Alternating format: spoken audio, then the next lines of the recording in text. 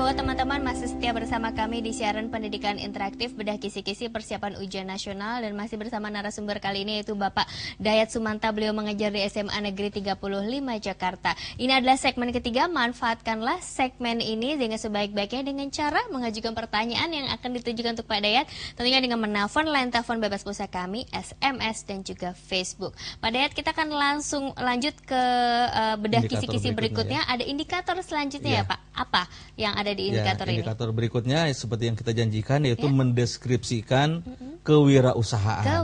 Mendeskripsikan kewirausahaan. Tentunya di sekolah sudah dipelajari apa itu kewirausahaan dan lain-lainnya. Oleh karena itu yang kita lihat ada contoh soal. Contoh soal tentang kewirausahaan. Nah, sebelumnya kita lihat, nah di sini Pak Umar memiliki lahan. Nah, katakan Pak Umar ini sedang mengolah lahan, mengolah tanah. Nah, apa yang dilakukan misalnya? Tapi dalam contoh ini bukan berarti Pak Umar sedang mengolah tanah untuk jadikan lahan pertanian. Yang kita lihat di sini contoh lain, Pak Umar selain punya lahan seperti yang ditayangkan, dia punya lahan juga yang berisi pasir hitam. Nah, di sini Pak Umar memiliki lahan yang sangat luas dan mengandung pasir hitam yang dibutuhkan untuk mendirikan bangunan.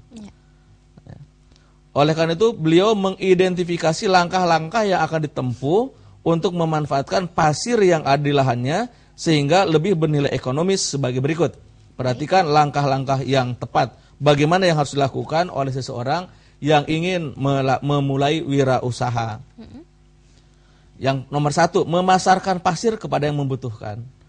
Yang kedua, mencari tukang gali pasir yang berpengalaman, mengurus surat izin penggalian pasir, memperhitungkan dampak positif dan negatif terhadap lingkungan, serta memulai proses produksi.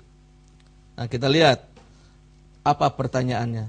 Tahapan yang paling tepat untuk berusaha yang dilakukan Pak Umar adalah tahapan yang harus kita lihat. Apa yang harus dilakukan? Nah, kita lihat dulu apa yang harus dilakukan. Yang harus dilakukan yang pertama ini dulu, memperhitungkan dampak positif dan negatifnya. Jadi kalau kita mau berusaha, jangan lupa perhitungkan mana banyaknya, positifkah ataukah negatif. Apabila dampak positifnya banyak, maka berarti usaha kita ke depannya bisa lebih menjanjikan. Ya. Oleh karena itu kalau ini sudah dilakukan, berarti ini kita lihat bagi nomor satu nih. Oh, sudah dampak positif. Berikutnya, jangan lupa karena ini penggalian pasir atau segala sesuatu yang berhubungan dengan lingkungan, mengurus surat izin. Yang kedua, ngurus surat izin. Nah, ini nomor dua. Kalau sudah ada analisis lingkungan, mengurus surat izin, berikutnya adalah mencari tukang gali pasir yang berpengalaman. Supaya hasilnya bagus dan tidak merusak lingkungan. Nah, kalau sudah itu, mulailah proses produksi. Kalau sudah diproduksi, kemudian dipasarkan. Berarti urut-urutannya 4, 3, 2, 5, 1. Ya, jadi kalau kita lihat di sini berarti jawabannya 4, 3, 2, 5, 1. Berarti jawabannya yang D. Yang D ya. Itu tahapan yang paling tepat. Ini di UN yang lalu sudah juga pernah muncul soal seperti ini.